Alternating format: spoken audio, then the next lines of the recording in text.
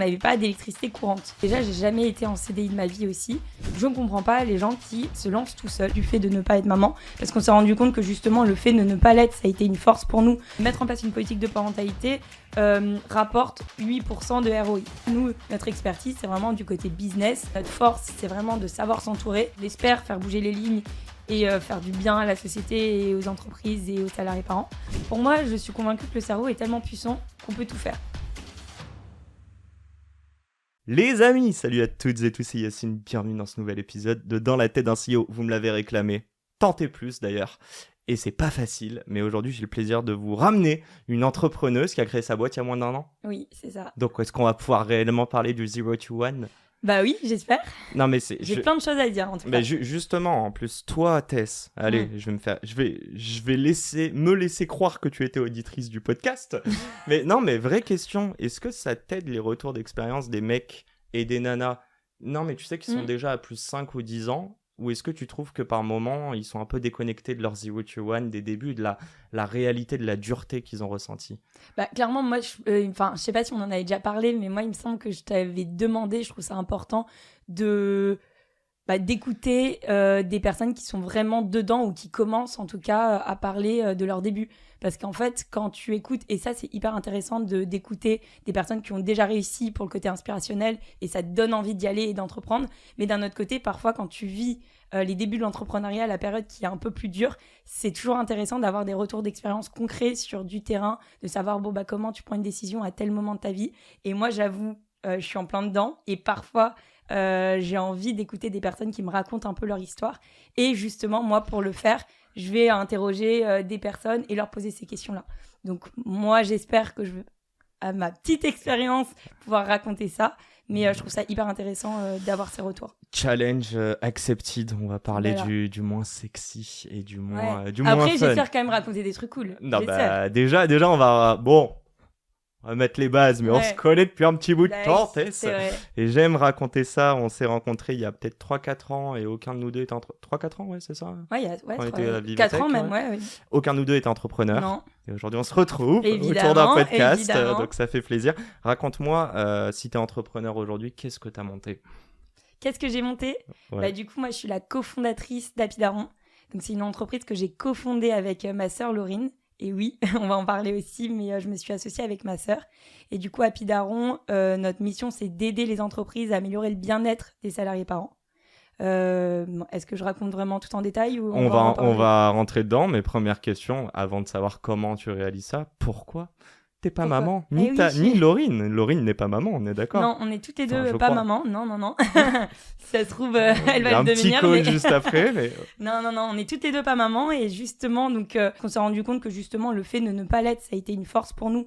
Parce que ça nous permet vraiment d'être à l'écoute des utilisateurs, de nos clients potentiels. Parce que justement... on connaît pas, on ne maîtrise pas le sujet. Et du coup, on est allé directement interroger une centaine de mamans, une centaine de papas, les entreprises sur ces sujets-là. Et du coup, on est capable de leur apporter vraiment les clés en fonction de leurs besoins et de pas calquer ce qu'on a vécu, notre expérience, pour proposer notre solution. Sachant que vous n'avez pas d'expérience. Sachant qu'on a zéro expérience et du coup... mais vraiment... de parentalité surtout. Exactement, non, mais on a zéro expérience en parentalité. Et du coup, c'est pour ça que nous, ça a été vraiment une ouverture à ce sujet-là parce que du coup le fait de ne pas l'être, ça a été plus un avantage qu'un inconvénient.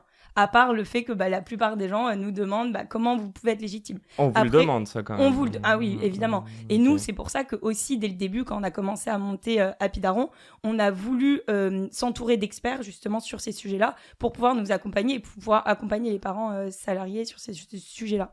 Donc nous, on est accompagné d'une 15aine d'expertes. Donc toutes spécialisées dans la parentalité et périnatalité, donc psychologues, naturopathes, nutritionnistes, sages-femmes, justement pour nous apporter la connaissance de la parentalité. Et on va rentrer dans la parentalité juste après. Ça m'intéresse de ouf, mais une chose, et d'ailleurs récemment j'en parlais avec un ami dont je t'ai parlé, Loïc. Oui. Et encore avant, ça vient d'un podcast que j'ai fait avec Maxence Tison. On parlait de la présence sur les réseaux sociaux. Et moi j'expliquais, donc c'est Maxence qui en parlait, il parlait d'expert versus explorateur. Et moi je considère que je suis un explorateur, je vous donne la parole. Bon, je suis clairement pas papa, ou pas encore, mais voilà, ça m'intéresse énormément. Toi, t'es en train de j'avais l'impression que pour créer une boîte, tu dois arriver en tant qu'expert. Je suis expert de cette problématique et du coup de cette solution. Toi, tu es en train de dire que vous êtes juste entouré d'expertes, mais que vous, vous avez voulu explorer une problématique où vous vous êtes dit ça pue la merde. Ouais, bah c'est exactement ça. C'est qu'on a vu un besoin, une problématique, et c'est comme ça qu'on s'est dit bon, il faut qu'on aille sonder le problème, le sujet. Et en fonction de ça, on s'est dit bon bah comment on va pouvoir apporter une solution par rapport à un problème. Et après, notre force, c'est vraiment de s'entourer des bonnes personnes, que ce soit des experts sur ces sujets-là, pour pouvoir accompagner et permettre de répondre à cette problématique. Mais sinon, de base. Nous, vraiment, on s'est pas dit qu'on était experts sur ces sujets-là. Nous, notre expertise, c'est vraiment du côté business, du côté notre force, c'est vraiment de savoir s'entourer, et c'est comme ça qu'on arrive à répondre à cette problématique-là. Et on en apprend énormément. Moi, je pense que quand je vais être maman, je pense que j'aurai toutes les clés. Non, mais j'allais dire, c'est tellement drôle, t'entends des conseils, etc. Et une fois que tu les vis, limite, tu parfois, comprends.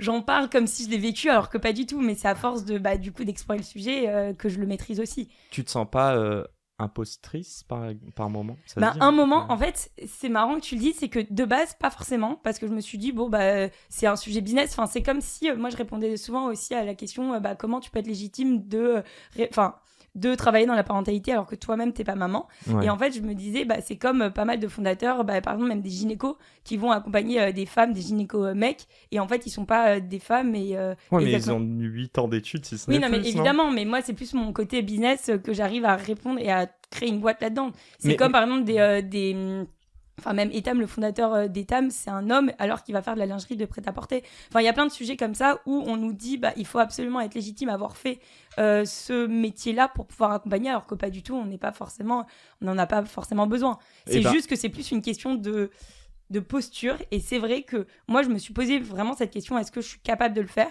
Et en fait, évidemment, je le suis, et c'est moi aussi qui me suis auto-convaincue en me disant, oui, j'ai les clés. Tant que j'ai les personnes qui m'entourent qui sont aussi meilleures que moi sur ces sujets-là, je vais réussir à le faire, et je vais pouvoir monter ma boîte là-dedans. Donc ma question, elle est vraiment là-dessus. T'as pas douté, tu t'es pas dit en fait je suis pas illégitime, je vais aller plus loin. Je considère, on en parle souvent en ce moment dans le podcast, qu'avec l'IA, 95% des jobs aujourd'hui on peut les réaliser si on se forme un petit peu. C'est quoi le conseil ? Là, je te donne vraiment, et je sais que c'est dur cette posture de conseil, mais c'est quoi le truc que tu aurais voulu entendre qui te permet toi de te lancer plus vite ? Et d'ailleurs, si tu peux aussi nous parler un peu de ton parcours, mais tu as quand même gravité dans l'écosystème, tu as été entouré dans le pro, mais comme dans le perso, je veux dire tes potes, etc. Il y en a beaucoup qui sont quand même entrepreneurs.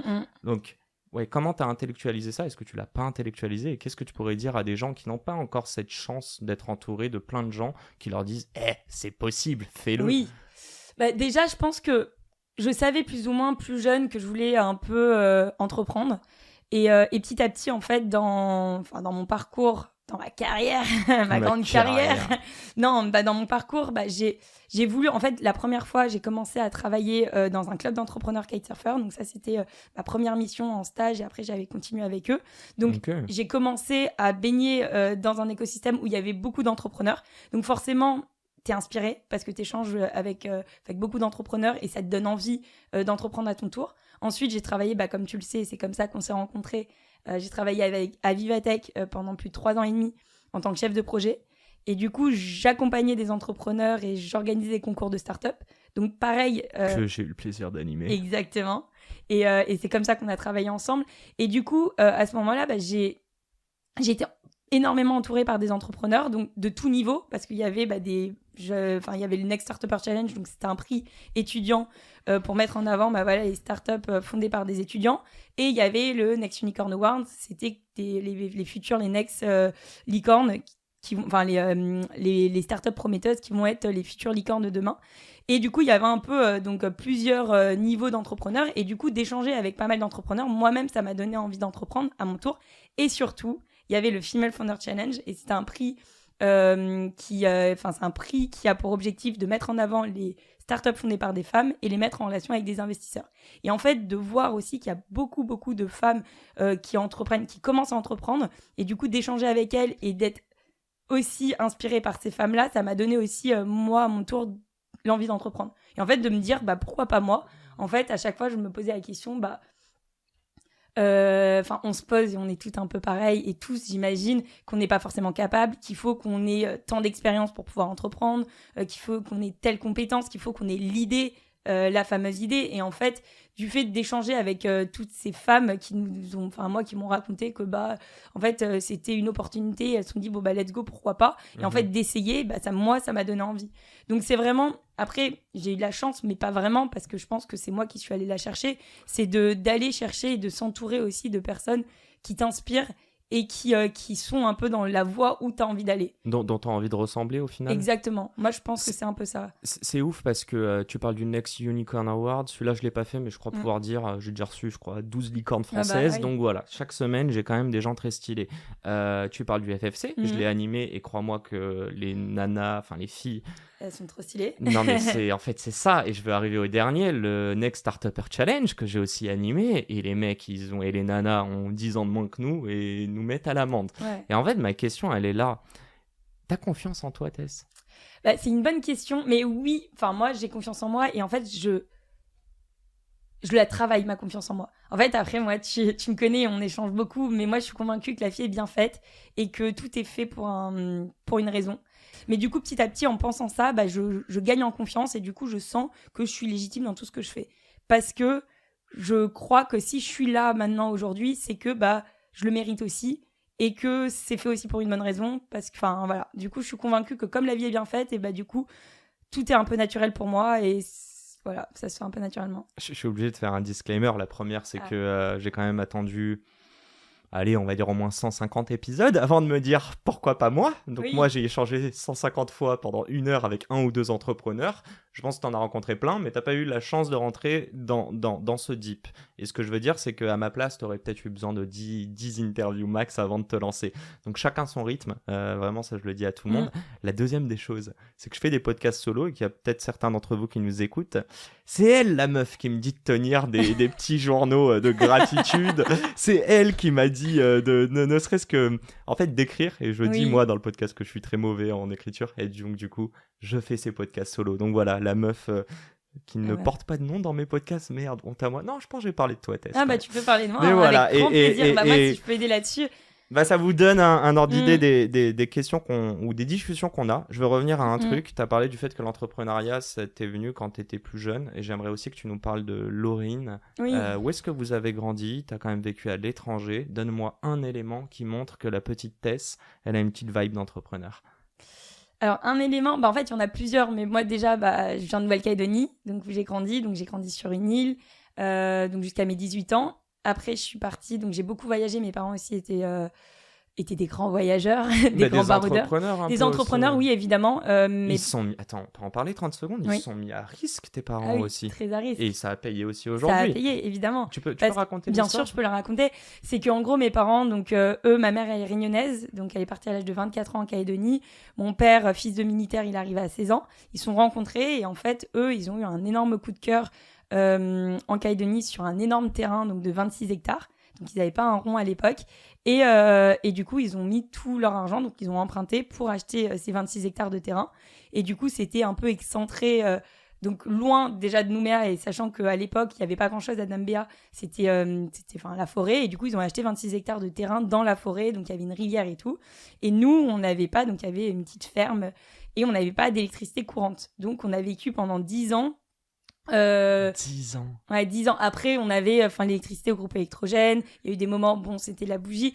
Donc, ça a été, nous, on s'est pas rendu compte parce qu'à l'époque, nous, on connaissait que ça. Après, c'est vrai qu'il y avait un décalage entre mes copains de classe, parce que forcément tout le monde, parce que oui, il faut faire attention, en Calédonie, tout le monde a l'électricité. Hein. Il y avait que moi à ce moment-là. Non, mais parce que faut pas croire qu'en Calédonie. On a grandi dans la campagne de la campagne. Non, mais parce qu'en vrai, parfois, il y en a qui me font des blagues, évidemment, de me demander, oui, du coup, en Calédonie, il y a l'électricité. Sauf que c'est vrai que moi, je suis un cas à part où on l'avait pas, c'est l'électricité courante. Mais du coup, voilà, donc eux, ils ont... Pas d'électricité pendant 10 ans. 10 ans après, il se passe quoi ? 10 ans après, eux, ils décident de prendre 1 an de voyage. Donc, on est parti pendant 1 an autour du monde. Mais non. Si. Tu m'as jamais raconté ça. T'avais quel âge ? Pas souvent. J'avais 10 ans. Mais arrête, t'as pas fait le CM1 ? Non, si, je l'ai fait du coup à distance. Je suis partie du coup on a fait Fidji pendant 5 mois. Après l'Australie à Byron Bay pendant 5 mois. On a fait 1 mois en Inde. Et après, on a fait... Ah, là, on l'a plein moins, la meuf qui a pas d'électricité pendant 10 ans. Ah non, mais clairement, mais c'était une vidéo ouf. Et franchement, moi, mes parents, c'était un peu ça, c'était tout ou rien. Donc, soit ils se mettent parce que vraiment, ils étaient en galère financière, mais parce qu'en gros, eux, comment ils avaient vécu, c'est qu'ils ont tout morcelé leur terrain et après, ils vendaient. Et du coup, dès qu'ils vendaient une partie, c'était des gros kiffeurs aussi et on partait en voyage et c'était incroyable. T'as une idée, du ROI? C'est horrible, je veux pas que tu nous parles de montant, mais... Ils vivent bien, tes parents. Ah oui, là, ils vivent très bien. Là, ils ont vendu nos terrains en Calédonie. Tout. Il reste un terrain, mais toute ma famille de mon père a encore un Calédonie. Et eux, ils ont, parce qu'en fait, ils avaient peur de forcément les événements qui se sont passés aujourd'hui, de tout perdre, parce qu'en fait, tout leur capital était dans l'immobilier.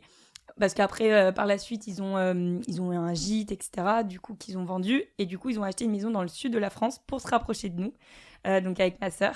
Et du coup, oui, on a une maison en République Dominicaine aussi. Donc ça va, ils vivent très bien. C'est juste que eux, ils ont arrêté. Tu m'invites quand tu veux, Tess. Mais évidemment. Mais ils ont arrêté de bosser depuis 10 ans. Et après, mais après, c'est pas des. Ils vivent très simplement. C'est pas des carriéristes, tes parents? Pas du tout. Donc t'as jamais grandi avec l'idée, si t'étais un mec, de mettre le costard cravate et de te lever et de te faire du 9h-20h toute ta vie, quoi. Alors pas du tout, mais moi j'avais un peu ce truc de... je voulais travailler dans des grands groupes à un moment, d'arriver dans une grande ville, je trouvais ça hyper stylé. Ah ouais, en opposition avec ce que t'as vécu, évidemment. Enfin, moi quand tu vois ce que j'ai vécu sur une île, là j'avais vraiment envie d'avoir une carrière un peu de femme entrepreneur où, moi, mon grand rêve, c'était d'être directrice d'un hôtel de luxe et de monter mon hôtel. Et je sais que je le ferai plus tard, mais c'était un peu Tu parles de grands groupes, tu parles d'hôtels de luxe. C'était quoi ton rapport à l'argent? Moi, je sais que j'ai toujours voulu bien gagner ma vie parce que je suis une grande dépensière et j'aime bien vivre. Fais voir tes bottes, là. Allez, ça reste entre nous. C'est très belle botte. Non, merci Laurine. Évidemment. Non, moi j'ai toujours voulu. En fait, je sais que dans ma vie, j'ai toujours voulu être aisée financièrement et d'avoir la vie que je mérite d'avoir. Tu considères que ça vient d'une frustration? Pas d'une frustration. Si, il y a eu un moment où forcément on a été frustrés un peu avec ma sœur. C'est qu'il y a des moments où on pouvait pas se payer tout ce qu'on voulait. On savait que, en fait, mes parents, à un moment, souvent, ils étaient très ric-rac et derrière, ils pouvaient nous offrir des choses, sachant que, par contre, ils ont toujours fait en sorte qu'on vive bien et de nous mettre en priorité. Et ça, on a eu une énorme chance, justement, avec ma sœur, c'est que ils ont réussi à nous offrir des voyages, des colos sympas, des téléphones, un ordinateur, enfin, des choses que eux parfois ne pouvaient pas se permettre. Et vivre à l'étranger, nos études, c'est une énorme chance d'avoir pu compter sur nos parents, de pouvoir nous financer nos études. Et eux, ils mettaient un point d'honneur justement sur le fait qu'ils voulaient qu'on ait une grande vie et surtout d'étudier, parce que pour eux c'était important et c'était aussi une liberté, parce que mon père justement, il n'a jamais fait d'études. Ma mère, si, elle était prof, justement, on en parle souvent. Prof de quoi? Prof d'anglais et un peu de français. Alors, my English, can I test your English? C'est la petite blague parce que ma mère est prof d'anglais aussi. Et lui se la pète en anglais. Mais on va pas faire de podcast en anglais. Il se la pète en anglais. Il se la pète pas. Il anime des talks à Vivatech en anglais. En stage one. Attends, je veux juste creuser là-dessus. Oui. T'avais cette vision, c'est drôle, on parle de carrière. J'ai l'impression qu'on n'en parle plus trop aujourd'hui, notamment quand tu rentres dans l'entrepreneuriat. Est-ce que tu considères que tu as dû rentrer dans une... Vivatech reste une grande entreprise, je sais plus les expériences que tu as faites avant, mais rencontrer des gens, entre guillemets, high level, dont t'aimerais ressembler plus tard, et en même temps rencontrer des entrepreneurs. Et j'aimerais comprendre, il s'est passé quoi dans ton cerveau? Est-ce qu'il y a un moment, tu t'es dit, ok, j'ai compris que la voie pour gagner tant dans le CDI et dans la carrière, c'est celle-ci, mais on me renvoie un autre truc, et on va pas se mentir, on est dans un écosystème où on parlait à millions d'euros de levée de fonds, etc. Est-ce que tu t'es pas dit à un moment, en fait, je peux quand même avoir la bonne vie financière que j'ai en carrière? Je vais pas parce que j'allais supputer des choses, mais... Et un truc en plus. C'est quoi ce truc en plus? Dis-moi, qu'est-ce que t'en penses de tout ça? Moi, je savais très bien que je voulais pas rester dans le salariat. Pourquoi? Et déjà, j'ai jamais été en CDI de ma vie aussi. Ah, t'as jamais été en CDI? Non, j'ai jamais été en CDI et je sais pas pourquoi. J'ai un peu... elle est belle, la retraite! Ah, ouais, là, c'est... Mais tu sais que c'est marrant, c'est que j'y pense même pas. Et c'est pas Pour moi, c'est... Je sais que je vais réussir dans ma vie et je sais que la retraite, je vais être tranquille après. En fait, je sais pas, dans ma tête, je suis convaincue que je vais réussir, que ce soit financièrement, mais... Tes parents ont pas de retraite, hein? Non, mes parents n'ont pas de retraite. Non, ils sont mais donc indépendants, voilà. ils n'ont pas de retraite. Et je pense que c'est un peu ce schéma, et ils vivent, et ils font quand même attention, etc. Mais voilà. Et moi, j'avais ce truc où je me disais, bon, bah, dans tous les cas, je compte pas là-dessus pour me faire une retraite, je compte sur moi. Et je savais, je sais pas pourquoi, je mettais un point d'honneur de pas forcément avoir un CDI, parce que je sais pas pourquoi, j'avais l'impression d'être contrainte de rester dans une ville. Et comme, bah, tu le sais, j'ai beaucoup voyagé. Moi, j'ai fait mes études à Montréal pendant 4 ans. Après, j'étais à Lyon. Après, j'ai fait Paris pendant 4 ans et demi. J'ai beaucoup bougé. En fait, je sais pas pourquoi le fait d'être... Marseille. Maintenant, je suis à Marseille, évidemment. Ça fait 1 an que j'y suis.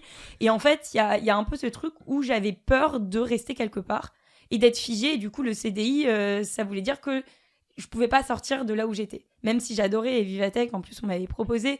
Et j'adorais y travailler. Et je me voyais, et je pouvais très bien évoluer là-bas. Mais en fait, je savais que dans ma tête, j'avais au fond de moi envie d'entreprendre. Parce que de un, je trouve ça hyper chouette. L'entrepreneuriat, c'est que tu peux déjà travailler avec et t'entourer des personnes que t'aimes et travailler avec les gens qui te ressemblent, enfin qui te ressemblent pas forcément, mais avec qui tu partages les mêmes valeurs. Elle te ressemble, je te conseille. Je te oui, confirme. Donc ma sœur, Laurine, évidemment, oui. 2 copies mais quand je dis travailler, c'est pas forcément qui nous entoure, enfin pas forcément notre équipe, mais aussi les partenaires avec qui tu travailles, tes clients. Et je trouve ça hyper intéressant de se dire, bon, bah là, j'ai la chance de tout créer de A à Z et de se dire, bon, bah là, je m'entoure des personnes avec qui j'ai vraiment envie de travailler et de pouvoir faire ce choix-là. Même si, évidemment, parfois, par la contrainte, tu peux accepter de travailler avec des personnes avec qui peut-être t'es pas forcément aligné. Ouais. Et moi, je suis convaincue que, déjà, tu le sais, même dans le côté développement perso, même de par mes amis, j'ai besoin d'être entourée des personnes avec qui je me sens bien, avec qui je me sens en confiance, et je trouve ça hyper intéressant aussi de pouvoir choisir aussi les personnes avec qui tu travailles pour être bien en confiance, et du coup c'est que comme ça que tu arrives à bien évoluer. Mais c'est ça que tu es allé chercher dans l'entrepreneuriat que tu n'arrivais pas à trouver dans une carrière de CDI ? Non, pas forcément, c'est que juste, moi c'est aussi, j'avoue, je donne énormément dans tout ce que je fais, et je me donnais énormément aussi à Vivatech.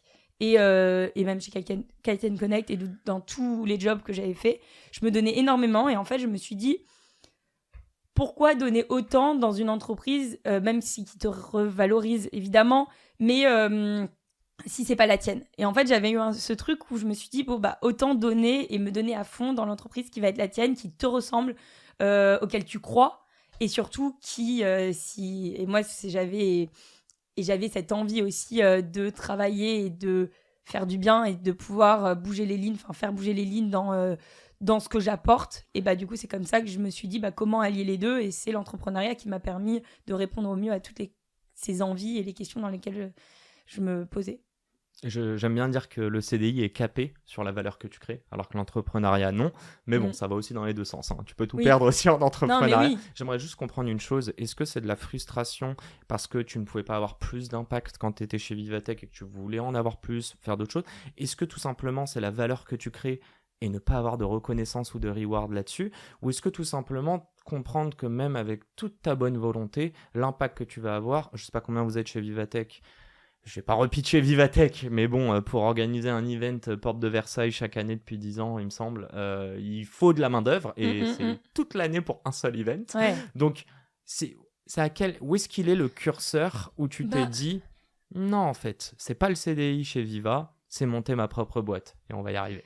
En fait, il y a plusieurs choses dans ce que tu dis. C'est que déjà, de un, moi je trouve qu'à Vivatech, on avait vraiment beaucoup d'impact dans ce qu'on crée et ça, je trouvais ça hyper chouette. Et c'est ça aussi qui m'a donné aussi envie d'aller plus dans le côté social aussi, parce que je trouvais que grâce à Vivatech, déjà d'être un énorme groupe comme ça, on a beaucoup d'impact. On baigne dans un écosystème où justement eux essayent de faire aussi du bien dans l'écosystème tech et startup. Tu te sens utile, quoi. On se sent hyper utile et surtout que ça va beaucoup plus vite parce que du coup on est accompagné par les plus grands. On sait que le moindre petit event, la moindre chose qu'on va faire, il y aura vraiment une différence. En tout cas, moi je trouvais à Vivatech, c'était chouette dès qu'on allait monter un projet et même on se sentait, et même la reconnaissance, je l'avais à Vivatech parce que même si par exemple j'apportais un projet, j'avais une idée de projet, on me faisait très vite confiance. Et c'est ça aussi, c'est très chouette parce que je suis hyper reconnaissante d'avoir travaillé là-bas dans le sens où moi je suis arrivée, c'était mon premier job où j'étais chef de projet. Donc je sortais de stage où là tout de suite on m'a dit là maintenant tu vas gérer une équipe, tu vas là pour le coup j'avais un peu le syndrome de l'imposteur parce que je me suis dit mais comment je vais faire ? On m'a tout de suite fait confiance. Moi j'avais l'impression que tout le monde maîtrisait limite mon job mieux que moi et limite qu'on me challengeait un peu là-dessus et qu'on me testait Et du coup, je me sentais vraiment, j'avais un peu ce syndrome de l'imposteur où j'étais pas forcément hyper à l'aise au début. Et en fait, du fait d'avoir été très bien accompagnée, d'avoir des très bons managers qui m'ont vraiment fait confiance et qui m'ont fait grandir et qui m'ont donné des responsabilités très vite, ça m'a fait prendre conscience déjà de ma valeur, du fait que je suis très bonne dans ce que je faisais et du coup de continuer à le faire et le faire plus. Et donc ça m'a permis de rien que de prendre confiance en soi, ça te permet d'être meilleur dans la vie, hein. Et du coup de gagner en responsabilité, de se dire ok, je peux faire ça.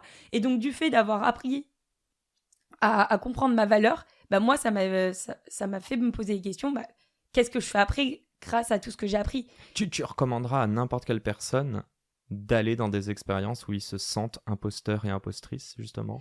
Évidemment, pas forcément. Parce que sans cette expérience, t'es pas entrepreneuse. Non, si évidemment. Non, je savais que je voulais le faire, mais peut-être pas de la même manière. Je pense que j'aurais entrepris autrement, peut-être monter, je sais pas, un resto ou peu importe, tu vois, j'aurais peut-être monté. Plus tard, du coup. Plus tard. Mais il y avait un peu ces deux choses.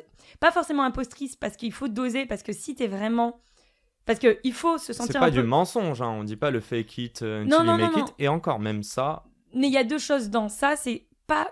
forcément aller dans un truc où tu te challenges, parce qu'évidemment, il faut se faire challenger pour apprendre, parce qu'il n'y a que comme ça, si tu connais toutes les compétences, tu vas stagner. L'objectif, c'est de se faire challenger d'une certaine manière, mais d'être entouré par les bonnes personnes qui te mettent en confiance pour pouvoir aller plus loin. Parce que je trouve que c'est difficile si, par exemple, tu baignes dans un écosystème où tu te sens pas à ta place et pas valorisé. Je suis désolée, tu vas pas grandir parce que forcément, tu auras un syndrome de l'imposteur, mais du coup, tu vas te remettre en question tout le temps et tu vas pas réussir à évoluer. Et pour moi, c'est hyper important. Et moi, comme on le sait, moi, je suis dans le développement perso et j'apprends justement à enlever toutes les croyances limitantes que nous-mêmes on se met, mais que la société te le met aussi.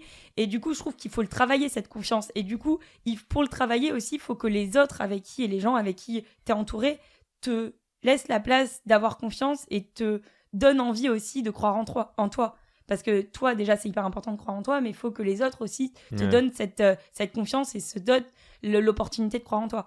Je veux rebondir sur la confiance, mais avant ça, j'ai juste une parenthèse. Et tu m'as pas trop répondu tout à l'heure. Pardon. Non, mais c'est pas grave, c'est moi qui parle. Non, t'inquiète, t'es entre de très bonnes mains pour quelqu'un qui divague, t'inquiète. Non, c'est quoi il y a une expérience, il y a un truc, il y a un trait de caractère qui fait que plus petit, tu te dis oui, Tess, elle sera entrepreneur à un moment. Moi, je sais que plus jeune, c'est pas que je suis hyper active, mais c'est que j'ai toujours cette motivation, cette envie de faire des choses, de créer. De créer, oui. Je suis ce profil où déjà je suis curieuse, j'aime découvrir des nouvelles choses. J'avais ce profil un peu vendeuse. Ça, c'est un peu plus mes parents et mon père qui me qualifient un peu comme ça, où je négociais tout. Moi, j'allais déjà avant dans tous les pays où j'allais, typiquement à Bali, en Inde. J'étais la première à négocier et c'était hyper challengeant pour moi. C'était même pas pour du plaisir. Ah, je prenais du plaisir. C'était même pas le fait d'avoir le truc moins cher, mais c'était le challenge de négocier et en fait de faire un deal bienveillant entre les deux personnes. Je voulais pas arnaquer l'autre. L'objectif, c'est qu'on soit tous les deux contents à la fin et qu'on reparte. On est satisfait du deal qu'on faisait. Et du coup, j'avais un peu ce truc plus jeune de toujours aimer un peu déjà le relationnel, le contact humain et le fait un peu de négocier, de vendre.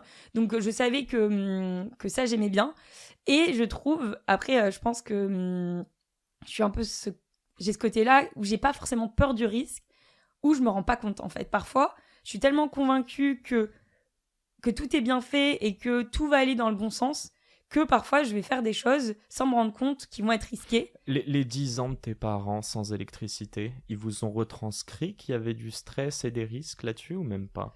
J'essaie de faire une corrélation, mais... Oui et non. Forcément, il y a eu des moments où on a été impacté, évidemment, parce que il y a eu des problèmes d'argent, on pouvait pas tous payer. Après, je veux pas faire la pleureuse. On a très bien, on a eu une très belle vie et justement, nous, ça nous a tellement rapprochés. On est très famille. Moi, j'ai grandi justement dans une famille où on est très très soudés. Moi, avec mes parents, justement, c'est pour ça qu'ils sont rapprochés. Ils sont venus en France. C'est parce qu'ils savaient très bien que d'être à 22 000 km de ses enfants, c'est trop compliqué. Et du coup, nous, on est très soudés, on s'appelle souvent, pratiquement tous les jours. Avec ma sœur aussi, on est très proches. Du coup, J'ai une famille très heureuse, on est très soudés. Tu me fais trop rire comme tu mets des termes pour pas bien répondre. Réponds à la question, Tess. Attends, mais c'était quoi la question déjà? Tu vois, c'est juste un truc que t'as entendu. Tu t'es dit, ah, il croit que j'ai grandi dans la misère, faut que je contrebalance. C'est pas du tout ça. Ma question, c'était de te dire, est-ce que voir des gens qui ont pris des risques, mais qui ne te retranscrivent pas que c'est une question de vie ou de mort, alors ça fait qu'aujourd'hui, tu fais des choses parce que tu suis ton gut feeling, tu te dis, ouais, c'est cool. Et c'est après que tu dis, ah putain, c'était risqué quand même. Mais bon, ça l'a fait. Je sais pas si c'est via mes parents, mais je pense qu'il y a une certaine manière, je pense que oui, à force de baigner là-dedans, je pense que ça m'a quand même aidé. Mais d'un autre côté, ce qui est marrant, c'est que ma sœur, elle est un peu moins que moi. En fait, elle est beaucoup plus carrée. Enfin, vraiment, on a des profils hyper complémentaires. Donc... Et on a grandi dans la même famille. Donc moi, je pense que c'est peut-être le fait que je sois la dernière.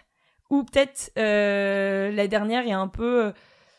c'est pas qu'elle a moins de responsabilités, mais c'est que du coup on lui fait moins prendre conscience de tous les risques que ça peut avoir certaines. Tu penses que c'est peut-être différent pour Laurine? Oui, Laurine, tu sens que c'est plus la maman même de mes parents. Parce que moi, mes parents, parfois, ils se rendent pas compte. Ils sont un peu plus comme moi. Et ma sœur, c'était elle. Oui. Alors que ma sœur, elle est beaucoup plus carrée, plus dans les process. Elle, justement, elle a évolué dans les grands groupes. Donc, je sais pas si c'est vraiment que mes parents, parce que vraiment, Laurine, on a vécu dans le même environnement familial, et ça veut pas dire qu'on est les mêmes personnes et on gère pas la même chose avec le risque. Viens, on parle de Laurine. Allez, on parle de Laurine. Est-ce que c'était la dernière étape pour que tu montes ta boîte? Je m'explique. Est-ce que, malgré que ce soit ta sœur, quoi, une femme plus carrée, plus posée que toi, qui anticipe le risque, est-ce que la convaincre, c'était le dernier boss final pour toi avant de te lancer? T'étais en mode, il n'y a plus rien qui peut nous arrêter après. Un peu, parce que justement, je sais qu'avec Laurine, donc déjà plus jeune, on avait toujours rêvé d'entreprendre ensemble. Et donc là, on le savait. Mais déjà, dans quel domaine, on ne savait pas. Quel moment, on ne savait pas. On savait qu'on voulait le faire après avoir étudié, parce qu'évidemment...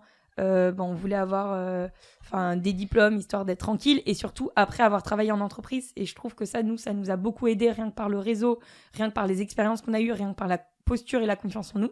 Donc on savait que niveau timing, c'était à peu près le bon moment. Et moi, je sentais que c'était mon moment. Là, il y a 1 an, je savais que ça faisait longtemps que j'y pensais. Ça faisait plus d'1 an et demi avant de me lancer que je pensais à entreprendre. J'avais fait en sorte, même auprès de Vivatech, d'ajuster mon contrat pour pouvoir mettre du temps aussi, rien que pour moi, de penser à mon projet entrepreneurial. Et à côté de ça, j'en parlais beaucoup à Laurine pour savoir, est-ce que toi, t'es toujours aussi motivée pour entreprendre avec moi? Donc c'est une question qui existait déjà avant même d'avoir l'idée, tu voulais faire ça avec elle. Oui, moi ça avait... déjà, moi je voulais entreprendre quoi qu'il en soit, mais avec elle, ça avait beaucoup plus de sens, parce que je savais que nos profils étaient très complémentaires, qu'on s'entendait, on est sœurs, qu'on se connaît comme personne, et du coup ça avait du sens que ce soit elle, surtout que par ses expériences à elle, ça avait vraiment du sens, parce que elle a... du fait qu'on soit complémentaires, parce qu'elle a grandi elle a évolué dans une carrière dans le luxe, en conseil, donc elle est consultante e-commerce, elle a travaillé plus de 6 ans en conseil, notamment chez Chanel, Richemont, L'Oréal. Donc elle avait ce côté grand groupe et maison de luxe, donc beaucoup plus procédurier, beaucoup plus carré, même dans son profil. Laurine, tu la connais un peu, elle est beaucoup plus réfléchie, plus calme déjà. Allez, parle de ta sœur. Pas facile. Non, et du coup, je savais que c'était vraiment un bon duo du fait d'entreprendre ensemble, parce que moi je fonçais, j'y allais à fond, je savais exactement où est-ce qu'il fallait aller, parce que moi j'avais un peu la vision du sujet, et je baignais aussi dans le milieu entrepreneurial et écosystème startup, donc j'avais un peu ce côté plus startup et un peu risqué. Ouais, do it yourself. Ouais, tout faire un peu, vraiment, je faisais tout, même à Vivatech, on faisait tout par nous-mêmes, même si on était quand même une grande équipe, il y avait pas mal de choses qu'on faisait aussi Bien nous-mêmes. sûr. Et elle, beaucoup plus carrée, et du coup, pour moi, ça avait du sens qu'on entreprenne ensemble. Et donc, est-ce que sans elle, tu aurais entrepris? C'est ça que je veux comprendre. C'est la question que je me pose aussi, je sais pas, je pense que j'aurais entrepris, mais j'aurais attendu d'être à 2. Parce que pour moi, et j'en parle énormément même avec pas mal de potes entrepreneurs, je ne comprends pas les gens qui se lancent tout seuls, parce que je trouve que l'entrepreneuriat seul, et même avec toi on en parle, je trouve que c'est très difficile, rien que déjà en termes de charge de travail, il y a énormément de choses à faire, donc à deux on est beaucoup plus fort, et en termes mentalement, il se marre. Non mais mentalement, moi je sais que j'ai eu beaucoup de moments de doute à un moment, et je sais que du fait d'être à deux, ça nous permet d'être plus forts, de se rebooster. Enfin, à un moment c'était elle, à un moment c'était moi, et en fait de pouvoir compter l'une sur l'autre à des moments de down, ça nous a permis de continuer. Parce que c'est vrai que l'entrepreneuriat, on oublie vite, c'est très dur au début, même si pour nous... Mais sans elle, tu l'aurais pas fait. Pas tout de suite. Non, bah, clairement pas. Je l'aurais pas fait tout de suite. C'est là où, c'est pour ça que je rigole. Bon, je rigole parce qu'on l'a eu 50 fois cette conversation et que tu me saoules, Tess. Mais que oui, si je pouvais avoir un ou une associée, ce serait avec plaisir. Par contre, je mets un point d'honneur là-dessus. C'est pas parce que t'as pas un ou une associée que tu peux pas commencer à mettre les premières briques. Évidemment, mais donc, je c'est trouve... un petit peu ça. Non, mais attends, on va pas rentrer dans ce débat-là. Surtout que le temps file. Oui, et je suis d'accord avec toi. C'est sûr et certain. Être entouré depuis tout à l'heure, tu parles d'entourage et on va en parler un petit peu des gens qui gravitent autour de toi. En plus de ça, avoir ta sœur qui te connaît, mais en plus de ça, pour moi, c'est un petit peu ça que je voulais toucher, mais quelqu'un qui est plus risque averse. Non, au moins risque averse, merde. Bon, qui aime mais pas pareil, le risque. à chaque fois, je suis... Ouais, c'est vrai, j'ai fait finance, c'est te dire. Bref, passons. Mais par contre, c'était juste pour moi de dire... Tu vois, t'es une personne, tu incarnes une personnalité, une expérience, etc. Prenez des bribes de ça, les gens, mais c'est pas parce que Tess dit ça que moi, son interlocuteur, je fais la même chose. Oui. Tu vois. Non, mais c'est cette nuance que je veux évidemment, moi je donner. dis pas... et je sais qu'il y en a qui ont très bien réussi seuls et ça marche très bien. Et je pense Mais que ça pour dépend toi, aussi des profils, des personnalités. Moi, je sais que je pense que j'aurais jamais réussi à me lancer toute seule, ça c'est sûr. Et en plus, à un moment, je voulais le faire. Il y a 1 an, je me suis dit, bah pourquoi pas. Et en fait...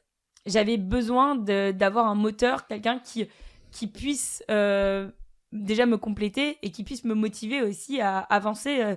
Et rien que ça, c'est aussi une posture, du coup, me redonner confiance. Parce que du coup, c'est plus moi qui suis représentée par la boîte, c'est nous deux. Et du coup, rien que je me cache du coup derrière cette boîte parce que du coup, c'est plus que moi. Tu te vends pas toi, bien sûr. Ouais, je me vends pas que moi. Et je pense que ça aurait été un exercice beaucoup plus difficile. C'est drôle que tu dis ça parce que je sais pas me vendre en perso, mais tu sais, je te l'ai toujours dit, vendre le podcast, c'est pas moi, quoi. C'est juste, c'est ce que représente le podcast, une audience, et moi, je suis juste là en mode je vends, et à côté, je fais juste mon interview, mais d'ailleurs, faudra que tu me payes après. On enchaîne, on va vraiment rentrer dans peut-être une des parties les plus importantes de ce podcast. Je vais parler du 0 to 1. J'aimerais bien que tu nous racontes, il y a eu un pivot. Vous avez aussi recruté votre CTO, mais pas dès le départ. Donc j'aimerais que tu me racontes un petit peu comment vous avez itéré sur l'idée et nous prouver à quel point l'idée, encore une fois, en fait, il faut se mettre en avant sur une idée et après elle évoluera, quoi. Mais évidemment, l'idée ne fait pas tout. Et puis peut-être même dedans, je sais pas si tu as une... Bon, on continuera, mais à parler de ça, s'il y a une anecdote, je vais y arriver, en termes d'adversité, en termes de doute, de risque, si tu peux nous en parler, peut-être les apprentissages. Bah déjà, bon, tu le sais déjà, mais avec Laurine, nous, on avait un premier projet qui était d'aider les femmes à se sentir bien dans leur peau, bien dans leur corps, donc en alliant sport, nutrition et santé mentale. Okay. Et du coup, ce premier projet, nous, on l'avait calqué par rapport à nous. Donc, on avait commencé à développer, donc c'était une app qu'on voulait proposer. Et en fait, on avait commencé à développer cette app en fonction de nous, nos problématiques, parce que toutes les deux, on avait eu des problématiques par rapport à notre corps. Comme je te disais, moi, je suis vachement dans le développement personnel, donc je savais que c'était ça qui m'avait beaucoup aidée. Et moi, je voulais, grâce à l'app, aider d'autres femmes dans l'entrepreneuriat et du coup, dans les mêmes problématiques que nous, on pouvait proposer. Et en fait, du coup, on était partis là-dessus. Et en fait, on s'est dit, bon, en fait, faut interroger le marché parce que nous, c'est bien beau de calquer notre idée par rapport à notre besoin à nous, mais il faut savoir, est-ce qu'il y en a vraiment besoin de cette solution ? Et donc là, on a commencé à interroger plus d'une centaine de femmes sur des sujets de relations par rapport à leur corps, comment elles se sentaient. Et par rapport à cette étude de marché qu'on avait fait, on a eu plusieurs retours d'une vingtaine de femmes sur des mamans notamment, sur le fait que elles ont fait pas mal, il y en avait plein qui ont fait des dépressions postpartum, d'autres qui, à leur retour de congé mat, qui ont été très mal accompagnées, qui ont quitté leur boîte, d'autres qui ont eu un décalage entre la vie qu'elles avaient, enfin la vision qu'elles avaient de la parentalité et du fait d'être maman, qui était complètement différent quand elles l'ont vécu, donc ça a été très difficile. Et évidemment, vraiment un gros sujet sur l'entreprise. Parce que ce qui était très difficile, c'est que la plupart, du fait d'être très mal accompagnés par leur entreprise, quittaient la boîte, partaient, et du coup, ou prenaient des jobs en part-time, et du coup, mettaient de côté leur carrière. C'est quoi, elles retrouvaient pas leur job en post-grossesse, en gros? C'est même pas qu'elles retrouvaient, parce que parfois, c'est même pas leur employeur, c'est le fait de pas réussir à allier vie pro, vie perso, de pas réussir à trouver un équilibre. C'était une contrainte pour leur carrière, et du coup, elles se disaient, moi, je vais pas continuer à travailler là-dessus, parce que leur job leur demandait beaucoup trop de temps, donc elles se disaient, moi, je vais me mettre en part-time, ou je vais démissionner, parce que la boîte en question me permet pas, justement, d'allier les deux. Okay. Donc, de trouver un job un peu plus... qui correspond plus à leur charge à leur rythme de vie, etc. Et donc nous, ça nous a fait tilt, on s'est dit il y a un vrai sujet sur ce sujet-là, donc on a commencé à creuser, donc c'est à partir de là on a fait vraiment une grosse étude de marché. Sur le côté entreprise. Sur le côté entreprise, donc on a interrogé plus d'une quarantaine de DRH justement sur des sujets de parentalité en entreprise, donc comprendre qu'est-ce qu'ils avaient mis en place en interne en termes de politique de parentalité, est-ce qu'ils sont déjà... sensibilisés à ce sujet-là, qu'est-ce qu'ils mettent. Donc on a interrogé vraiment plein de grands groupes, mais pas que, on a plein de secteurs d'entreprises différents et de tailles différentes. Et du coup, on a eu plein de retours là-dessus. Donc on s'est rendu compte que c'était un sujet sur lequel ils étaient sensibilisés. Donc évidemment, ils savent que c'est problématique. Que parfois... Mais ils n'ont pas la solution. Certains le font, mais en fait, ils ne savent pas par où commencer. Ou c'est pas forcément des sujets prioritaires, mais ils veulent investir de l'argent là-dessus, mais parfois... Ils savent pas comment le faire, comment bien gérer quand c'est des grandes entreprises, du coup d'avoir les mêmes process. Donc déjà, on s'est rendu compte qu'il y avait un problème et ils savaient pas comment y répondre et comment accompagner leurs collaborateurs, collaboratrices. Et de deux, on s'est rendu compte que, pareil, les parents avaient vraiment cette problématique, ils cherchaient des solutions et que ça concernait pas que les femmes, ça concernait aussi les papas. Et que nous, on avait aussi ce rôle à jouer d'accompagner pas que les mamans, mais aussi les papas sur la parentalité en entreprise, parce que eux aussi, parfois, ils sont un peu trop invisibilisés, les papas, parce que du coup, en entreprise, on sait même pas forcément parfois qu'ils sont papas, ils osent pas leur dire... Ah ouais ? Certains, de plus en plus, mais parfois, il y en a qui vont le dire, mais derrière, ils vont pas forcément prendre l'entièreté de leur congé paternité. Donc déjà, ça a évolué, heureusement, on s'est passé... Il y a un tabou là-dessus, où c'était mal vu ? C'était mal vu parfois, ça dépend des entreprises. Là, les entreprises commencent à évoluer, à être plus sensibilisées au sujet, les mentalités commencent à changer, donc heureusement. Mais parfois, certaines entreprises le sont pas conscients, et du coup, il y a un peu des injustices, des inégalités, ou des discours un peu... des choses qui sont dites, qui sont pas forcément bien entendues. Oui. J'ai juste une mini pause là. Oui. Vous êtes rentré sur une idée qui est le bien-être des femmes. En faisant votre customer research, vous vous êtes rendu compte qu'il y avait une autre opportunité. Est-ce que c'est parce qu'il y a eu une autre opportunité, mais que votre projet et les 20 personnes que vous avez interrogées, les résultats de votre étude n'allaient pas dans votre sens sur la solution que vous développiez, et donc là, vous avez été hyper ouverte sur d'autres problématiques, donc opportunités, ou est-ce que vous étiez à fond dedans, mais on en a parlé de par ta personnalité, t'es quelqu'un qui est ouverte au monde et qui sait écouter et qui sait capter que y a peut-être une idée bonne, mais il y en a une encore meilleure. C'est surtout qu'on a réalisé qu'il y a un vrai problème. En fait, c'est surtout que le marché... déjà que la parentalité en entreprise est très peu abordée, qu'il y a très peu d'entreprises qui proposent une solution sur ces sujets-là, voire pas. Okay. Où ça commence. Moi, je parle énormément avec des acteurs de la parentalité en entreprise, on échange et on sait que ensemble, on va être plus fort parce que le marché est tellement énorme et du coup, il faut qu'on arrive à s'associer ensemble. Il y a de l'entraide. Okay. Et oui, il y a de l'entraide parce qu'on sait qu'il y a vraiment... C'est un besoin, que ce soit de la part des parents et que c'est aux entreprises aussi. Ils ont un rôle à jouer justement pour accompagner leurs collaboratrices et leurs collaborateurs sur ces sujets-là. Parce qu'en fait, ça concerne aussi d'autres grands sujets qui est... l'égalité femmes-hommes en entreprise pour permettre justement une meilleure répartition. Le bien-être en entreprise. Le bien-être, mais aussi le fait qu'il y ait plus de femmes dans des postes à haute responsabilité. Bien sûr. Parce que du fait que les femmes, elles puissent allier leur carrière et leur vie familiale, elles peuvent avoir des postes à haute responsabilité, donc atteindre des postes de direction et donc rééquilibrer justement les inégalités de genre dans ces... dans les membres du CODIR, quoi. Donc, énorme opportunité où là, vous vous dites, on rebat les cartes. J'aimerais juste comprendre une chose d'un point de vue émotionnel. On est dedans, là.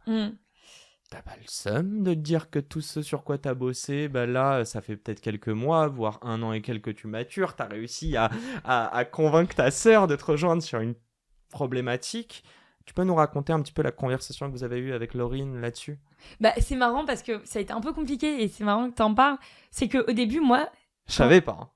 Ouais, je crois qu'on en a, Non, ouais, on en a jamais jamais parlé. parlé. On en a jamais parlé. Mais en fait, d'un coup, moi, pour moi, ça m'est paru comme une évidence. En fait, on a eu ce déclic. Enfin, j'ai eu plus ce déclic-là parce que j'ai eu, les conversations. Je me suis dit, en fait, on peut pas tout faire. Là, tout ce qu'on travaillait, ce sur quoi on travaillait depuis le début, c'était, on calquait par rapport à notre expérience perso et ça répondait pas à un vrai besoin, une vraie problématique. Et là, d'un coup, ça a été une révélation où... Alignement, quoi. Ouais, c'est un alignement où je me suis dit, bah là, il faut vraiment qu'on y aille.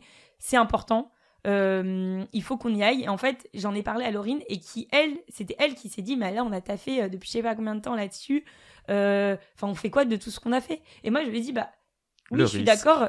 Mais je suis d'accord dans le sens où, bah oui, c'est vrai qu'on a travaillé sur un truc, mais en même temps, ça me paraissait tellement évident et surtout que le sur quoi on a travaillé, c'est pas vraiment une perte parce que c'est ce qui va nous permettre d'aller aussi plus vite pour après.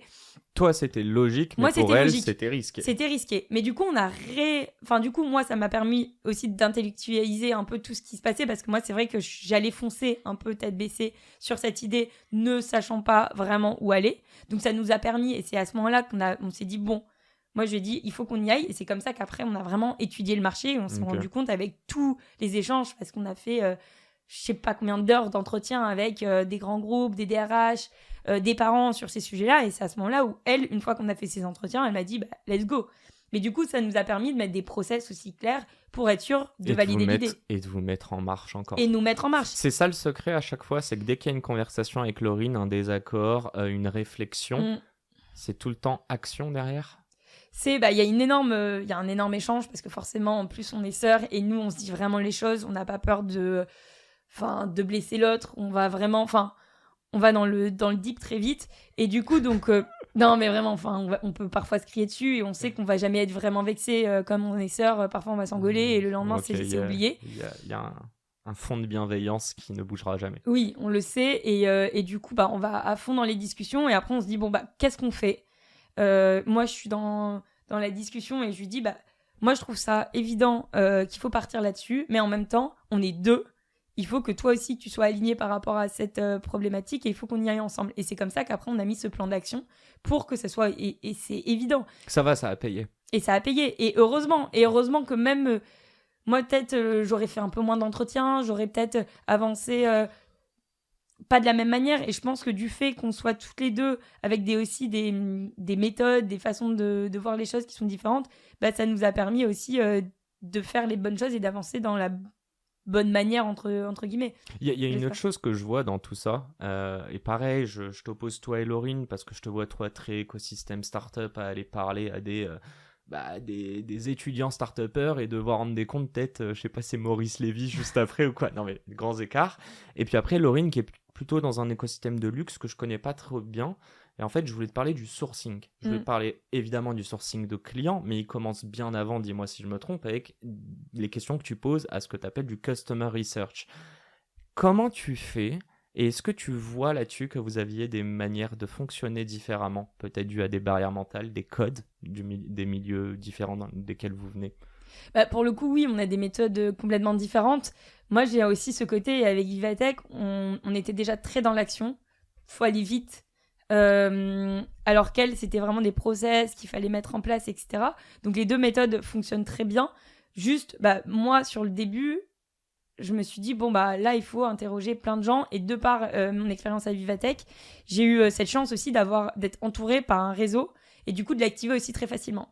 Et moi, Mais t'as pas eu peur de l'activer? J'ai pas eu peur. Que je veux dire. J'ai pas eu peur parce qu'en fait, je me suis dit, il faut que je le fasse dès maintenant. Déjà, rien qu'avant. Sans produit. Avec une idée qui va évoluer exactement. dans quelques mois. En fait, je me suis dit, si je le fais pas maintenant. Et en fait, c'est ça aussi quand tu dis la différence par rapport au premier projet qu'on avait et celui-là. En fait, le premier, on travaillait vraiment un peu dans notre cave, un peu toutes les deux, parce que c'était... ça répondait à notre problématique, c'était notre idée, c'était par rapport à notre besoin. Donc, on s'était dit, on n'avait pas besoin d'échanger avec 1000 personnes parce que c'était notre idée. Et à la différence d'Happy Daron, c'est que tout de suite, on s'est dit, non, là, on maîtrise pas le sujet. On connaît rien sur le sujet. il faut qu'on aille échanger avec les gens. Et donc, tout de suite, on a commencé à prendre plein de rendez-vous. Laurine était pareil là-dessus? Et Laurine était pareil. Donc, moi, donc c'était plus, on s'est dit, on s'est posé là-dessus. Et après, on s'est dit, bon, bah, qui on connaît, qui on peut aller interroger. Et en plus, c'est con, mais les RH, tout le monde dans son entourage, tous nos potes ont le contact de leur DRH, RH. Donc, vous avez activé réseau perso aussi. Activé réseau perso, activé réseau ça. pro. Okay. On a activé vraiment tout le monde. Et en fait, je trouvais ça important aussi pour concrétiser l'idée, d'en parler. Parce qu'au début, moi, j'avais peur d'en parler, même, surtout qu'en fait, là, on n'avait même pas de solution. On avait juste un problème. On savait qu'il y avait un problème dans la parentalité en entreprise, mais on n'avait pas la solution.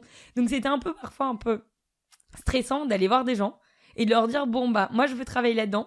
Je sais pas comment répondre à cette problématique, mais je sais que je veux faire ça. Et du coup, parfois, les gens se challengeaient sur des idées où ils disaient, bon, bah là, c'est complètement, ça va être mort. Il y a un énorme aussi travail d'évangélisation des mentalités en entreprise sur ces sujets-là.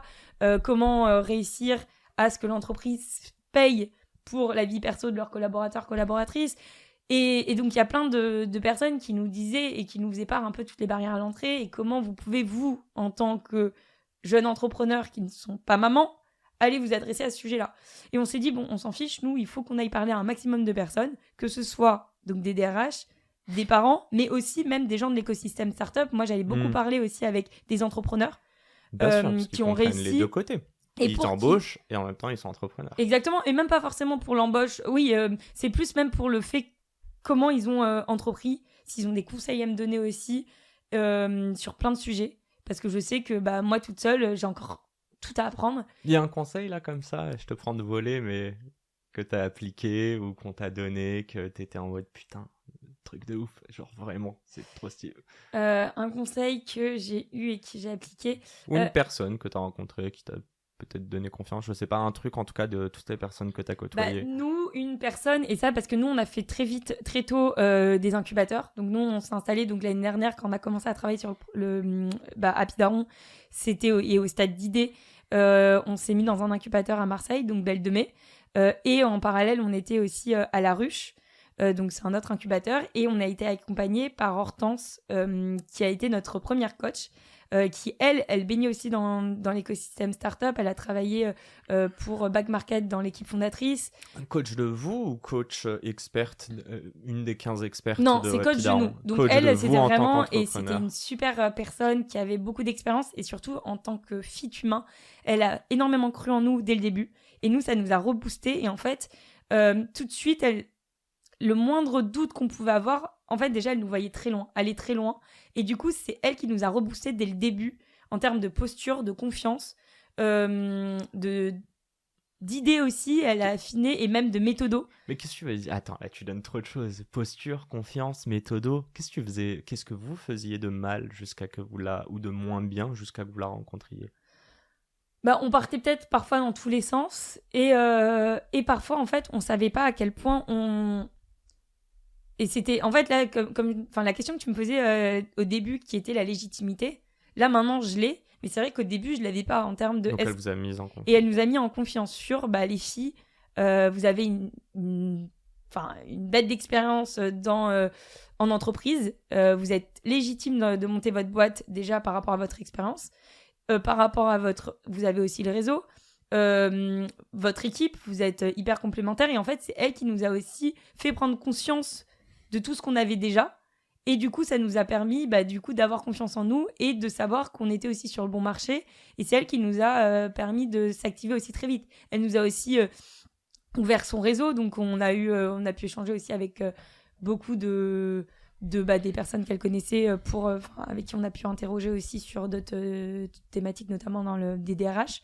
Okay. Donc ouais, elle, c'était... Enfin, j'ai pas d'exemple concret de ce qu'elle nous a dit, mais rien que parfois, quand on avait des doutes, rien que de prendre un call avec elle, ça nous soulageait parce que, en fait, en plus, elle nous apportait pas les solutions clés en main, c'est elle nous guidait vers une solution que nous, on avait. Et du coup, derrière, c'était... Elle pose des questions. Ouais, elle nous pose des bonnes questions. Exactement. Mais en vrai, il y avait un peu ce truc business, parce qu'elle avait la connaissance business, évidemment, parce qu'elle a bossé dans des grands groupes dans des startups. Enfin, elle a bossé dans l'équipe fondatrice de Back Market.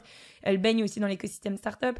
Donc, elle maîtrise donc tous les sujets des débuts de start-up. Et en même temps, elle avait ce côté peut-être posture de femme entrepreneur et du coup qui nous a donné les clés pour avoir confiance en nous. Donc les amis, entourez-vous de personnes, je pense aussi qui croient en vous, et c'est un truc que tu ne sais pas, mais que tu as dû voir dans ses yeux, dans comment elle a pris le call, qui était peut-être pas du tout basé sur faire du coaching à la base. Moi je vais revenir sur une chose, tu en as parlé juste avant, elle a dit vous alliez aller loin.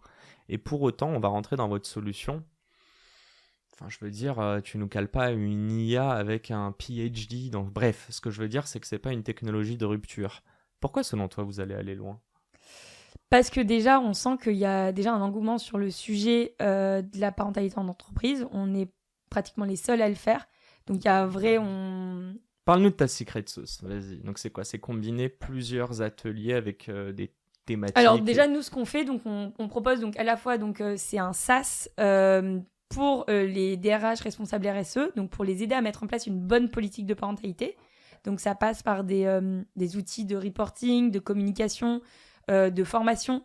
Nous, on propose que ce soit sur le SaaS, on a la possibilité d'avoir aussi pas mal de ressources pour se former sur la parentalité, des guides aussi très pratiques de comment accompagner un des collaboratrices qui part en congé mat. Plutôt RH, ça c'est plutôt RH ou manager, donc tu as des accès pour les managers.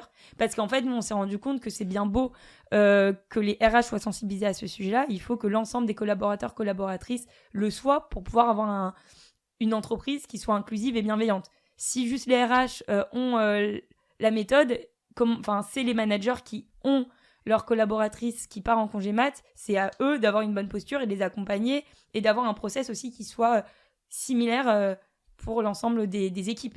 Okay. Et donc nous, il y a ce côté, donc ça, on met en place des process pour les accompagner. Donc tout est clé en main. On propose aussi des ateliers, des formations donc en interne, donc proposées par l'équipe, nos expertes, donc qui viennent aussi sensibiliser les managers, les collaborateurs, collaboratrices sur ces sujets-là. Et on propose aussi en parallèle, c'est une application mobile, donc destinée aux salariés parents. Elle est live ou pas encore ? Elle est live, oui. Ah, ok. Elle est live. Et donc, c'est du projet bébé aux 3 ans de l'enfant. Et là, on est en train d'élargir jusqu'aux 18 ans de l'enfant.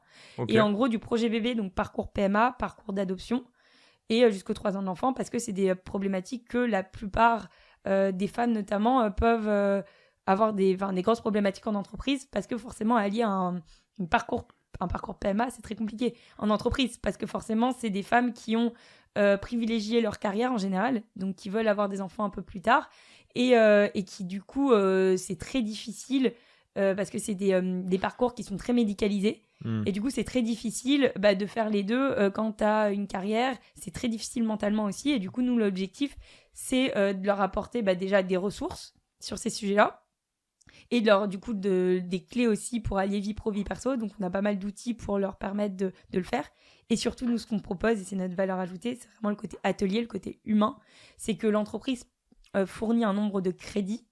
Via l'application, tu as un nombre de crédits un peu comme ClassPass, Gymlib. Et en fait, via ces crédits-là, tu peux réserver des ateliers. Donc en physique ? En physique ou à distance. Nous, il y a beaucoup à distance. C'est pas des vidéos enregistrées. Non, c'est pas. On a des vidéos enregistrées, donc tu as ton parcours en fonction de ta problématique et de là où t'en es. Donc si t'es un papa, parce que nous, on accompagne aussi beaucoup les papas me regarde pas et les mamans. Non, t'es pas encore papa. Mais et en fait, en fonction du coup de ton parcours et là où tu en es, tu peux regarder. Donc t'as un panel d'ateliers et donc ces ateliers, tu réserves et t'es avec d'autres salariés parents qui vivent la même chose que toi. Donc, tu es autonome quant à l'utilisation de ton application. Donc, tu es avec d'autres salariés parents qui ne sont pas forcément de la même boîte que toi.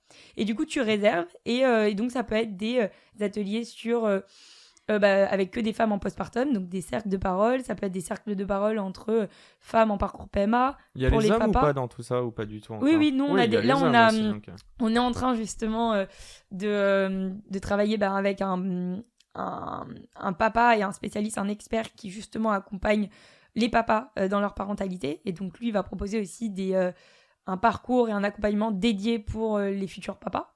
Okay. Parce que l'objectif aussi, et nous, c'est pourquoi c'est intéressant, c'est que parfois les papas ne savent pas comment être vraiment moteur de la parentalité. Parce que parfois, ils veulent être impliqués, mais ils ne savent pas comment faire. Et donc, parfois font mal et ils font rien. Bon, là, ou ne savent pas comment faire et du coup font rien. Ouais, exactement. Et ça, c'est l'humain classique. Exactement. Moi, je vais rentrer juste dans un petit truc. J'ai bien compris une chose, dis-moi si je me trompe, mais ce que vous dites à vos clients, parce que vous êtes en B2B aujourd'hui versus B2C sur la première boîte, et je pense que c'est un smart move, passons. Est-ce que tu as besoin d'évangéliser la problématique auprès d'eux et de les sensibiliser, ou ils sont déjà sensibilisés, tu nous en parlais au début, et est-ce que ce qui vend, bon évidemment il y a la solution et tout ce que vous allez apporter à vos employés, dire que la parentalité, bon je gargouille, désolé, mince, j'espère que ça s'entend pas dans le micro. Pas, non. J'ai même pas capté. Moi je l'ai entendu. Non, mince, je suis en train de perdre. Non, en gros ce que je veux dire c'est, est-ce que Happy Daron, l'argument, c'est de leur dire maintenant, vous allez mettre Happy Daron comme Swile, comme Alan. En gros, c'est un avantage salarié que personne ne prend jusqu'à présent. Donc, c'est-à-dire, je reviens au truc, il n'y a pas forcément de la tech, c'est surtout de l'humain et de l'éducation même. Mais qu'est-ce que tu dis à tes clients ? En fait, pour nous, et au début, on le voit beaucoup comme un coût, alors que nous, on le vend comme un investissement parce que forcément, il y a un retour sur investissement du fait de... Mais tu peux pas le chiffrer, le retour sur investissement encore. Nous, il y a plein d'études qui prouvent que justement, mettre en place une politique de parentalité rapporte 8% de ROI. Donc ça a été prouvé parce que, du coup, de 1, il y a, tu réduis le turnover de moins 30%. Ouais, la rétention des employés. Parce que, du coup, forcément, la rétention des employés, chaque collaboratrice qui part, c'est entre 15 et 25 000 euros. Donc, tu réduis ça. Tu permets aussi d'attirer des nouveaux talents parce que forcément, la plupart en donc plus c'est un des parents, c'est un argument de recrutement. Forcément, si t'es une entreprise qui accompagne et qui met en place une politique de parentalité, du coup, ça donne envie à leurs collaboratrices de venir et de travailler et de rester. Donc ça, et ça permet aussi d'augmenter de 28% les femmes dans des postes de direction. Donc il y a aussi un argument donc c'est bénéf pour l'entreprise et bénéf du coup pour les employés. Voilà, c'est bénéf pour les deux. Dans tous les cas, c'est bénéf et c'est juste que parfois, c'est plus en termes de budget. La plupart des RH, eux, sont sensibilisés à ce sujet-là et ils savent que c'est important. C'est juste comment aller chercher... Voilà, c'est la direction. Mais c'est comment convaincre la direction. Donc nous, on a un peu ce sujet aussi d'évangélisation, de montrer que c'est pas qu'un coup, c'est un investissement. Et il faut direction, le faire. c'est des mecs. Et c'est des mecs. Et parfois, ils oublient vite. Après, si on parle justement... au DRH, parce qu'en fait, la plupart des membres du CODIR aussi, ils savent parce que c'est des personnes qui ont des enfants, qui ont justement dû gérer ces problématiques de vie pro, vie perso. Parce que attends, excuse-moi, mais le vieux mâle de 50 ans qui est au CODIR, qui brasse, c'est sûr et certain, dis-moi si je me trompe, mais s'il a 50 ans, ça veut dire pas qu'il est né il y a 50 ans, c'est carrière first, c'est maman à la maison. Évidemment. Donc ce mec-là, t'es en train de me dire qu'il est déjà convaincu en 2025 ? Ah non, mais pas du tout. Non, nous, au contraire, on a un énorme travail là-dessus. Et nous, c'est notre gros challenge, c'est comment convaincre ces profils de personnes qui sont réticents à ces sujets-là. Que le monde évolue, quoi. Et que le monde évolue, et que maintenant... et c'est surtout que les salariés parents, les salariés de manière globale, ne veulent plus sacrifier leur vie perso pour leur entreprise. Même là, il y a les chiffres qui le prouvent, 82% des parents sont prêts à changer d'entreprise s'ils n'arrivent pas à retrouver leur équilibre du pro-vie perso. Donc maintenant, les gens, les employés, les salariés savent que si l'entreprise ne change pas, ils vont aller ailleurs. C'est plus comme à l'époque où tu restes 40 ans dans ton entreprise et t'évolues comme ça, et c'est à toi de changer et c'est pas à l'entreprise de changer. Maintenant, on a conscience guerre que... des talents, maintenant, on a conscience que l'entreprise doit se mettre à la page, a son rôle à jouer justement d'accompagnement dans la parentalité. Et nous, notre objectif, c'est de leur dire, nous, on vous donne une solution clé en main. Vous n'avez pas besoin de recruter plus de personnes. Nous, on vous donne la solution pour vous permettre de vous faciliter la vie dans une bonne politique de parentalité. Et justement, après, d'avoir un retour sur investissement dans la foulée. Bon, on l'a peut-être pas dit, je crois, mais ta boîte a moins d'1 an. Ouais. Vous avez déjà vos premiers clients. Oui. Donc voilà, je vous laisserai... car ce n'est pas un podcast promo comme tous mes podcasts, mais allez faire un tour sur Happy Daron. On va terminer, on est en train de croquer un peu le temps, mais on prend encore 3-4 minutes, ça va ? Oui, bien sûr. Ok, je veux juste parler d'une seule chose. J'ai pas parlé de mon CTO aussi. Putain, tu me ôtes les mots de la bouche. Et je veux parler de ton CTO. Je veux juste te demander une chose. On va pas passer tant de temps que ça, mais déjà, grande dédicace. Et bah, sans lui, il n'y a pas de produit. Exactement. Je veux comprendre une chose. Comment vous l'avez recruté? Et est-ce que là, tu peux nous donner un petit peu des tips? On parle pas forcément du premier associé, parce que toi, c'était ta sœur, et tu disais que c'était important de se lancer à 2. Maintenant, faut faire vivre le produit. Donc voilà, dis-nous un petit peu comment ça s'est passé. Alors déjà, de 1, donc comme tu disais, nous, ça fait 1 an qu'on travaille dessus avec Laurine. On s'est lancé il y a 6 mois officiellement. Et au début, avec Laurine, on a tout fait nous-mêmes. On s'est dit, comment minimiser nos coûts? Parce qu'en fait, on s'est dit, il faut qu'on y aille, il faut qu'on lance un produit et voir est-ce que les personnes sont prêtes à acheter notre produit pour savoir est-ce qu'on est sur le bon marché et est-ce que ce qu'on propose, ça répond vraiment à un besoin. Donc nous, on voulait se lancer très vite. Donc on a commencé à développer tout nous-mêmes. Donc, on a commencé à faire avec des outils de no-code. On a commencé à faire notre premier produit comme ça, donc notre MVP, qu'on a testé et qu'on a développé. Et en fait, on a eu une belle opportunité il y a 4 mois, c'est d'avoir une place, un stand à Vivatech. Et à ce moment-là, on s'est dit, donc moi, je faisais, avec Laurine, on était dans beaucoup d'incubateurs. Et du coup, donc, alors là, je me perds, mais dans le sens où moi, je savais qu'il fallait qu'on développe un produit. Donc, au début, avec Laurine, on était partis et on échangeait énormément avec beaucoup d'agences pour comprendre comment ils pouvaient nous développer le produit. Puis on nous a annoncé la couleur. Ouais, déjà les prix. Et en fait, même au-delà des prix, parce qu'il y avait des choses qu'on pouvait très bien prendre et passer par une agence. Sauf que nous, comme on avait une ambition de faire un produit tech, on voulait internaliser la tech et d'avoir une personne qui soit capable d'être agile et de pouvoir parce que forcément on sait très bien que notre produit qu'on a là il va évoluer forcément en fonction de tel client, parce que nous on s'adresse à des grands groupes, mais forcément ils ont tous des façons de procéder qui sont différentes, et du coup notre produit va devoir être ajusté. Et donc nous on était consciente qu'il fallait qu'on ait un dev. On échangeait avec pas mal de devs, mais il y avait rien qui était abouti. Et en fait, du coup, pour te raconter un peu l'histoire par rapport à Théo, qui est notre CTO et avec qui on s'est associé, c'est que du coup, on avait participé à Live for Good. Donc c'est un incubateur pour des entrepreneurs de moins de 30 ans qui ont des projets à impact. Et donc moi, j'ai participé à ça pendant 9 mois, et donc il y a eu un premier campus à Lyon, et donc c'est là que j'ai rencontré Théo, sachant que Théo lui lui est lui-même entrepreneur. Donc lui il a sa boîte qui s'appelle Lulocode, et donc lui il est aussi dans le secteur de la parentalité. Il propose un jeu pour enfants pour les initier dès le plus jeune âge à la programmation, au dev. Ah ok, d'accord. Et du coup, un truc ludique. Voilà, ludique. Et du coup, lui, il avait cette première boîte. Donc nous, on a échangé. Il y a eu un très bon fit humain. Il m'a beaucoup aidé aussi dans la strat par rapport à Pidaron. Lui, il était aussi faut vendre. Enfin, vraiment, on avait eu pas mal de discussions là-dessus. Ouais, ok.